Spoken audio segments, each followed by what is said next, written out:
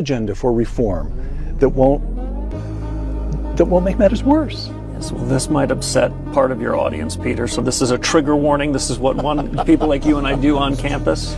I believe this administration inherited a mess, a fiscal and monetary mess, and it is incumbent on the administration to get out of it. No one said it would be easy. We didn't get into this mess overnight. We're not going to get out of it overnight.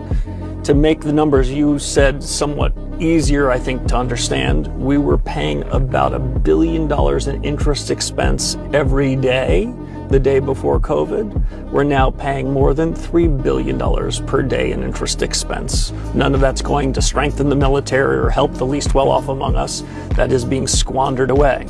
So what do I suggest? As you pointed out, and as you and I have discussed, but I'm not sure the economics profession believes this, there are two monetary policy instruments.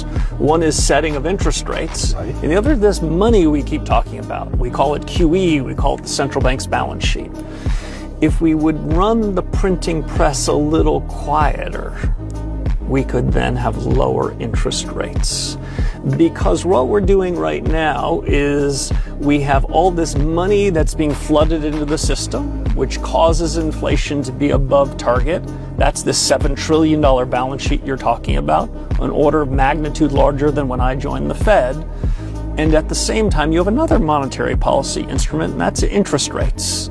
They don't work perfectly together. They're not perfect substitutes for each, but they're both monetary policy.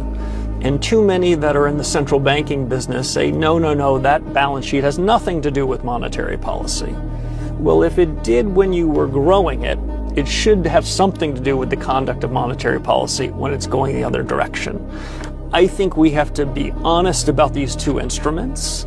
And because I believe that growing the real economy is the more important piece for revenue, for fairness, for efficiency and growth, because you have higher inflation caused by the bigger balance sheet, we want to shrink that. We can't do it overnight.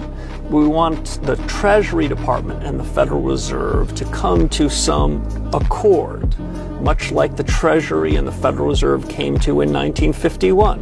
Who's responsible for what?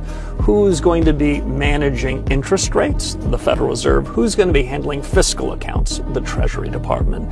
We have blurred these lines about who's responsible.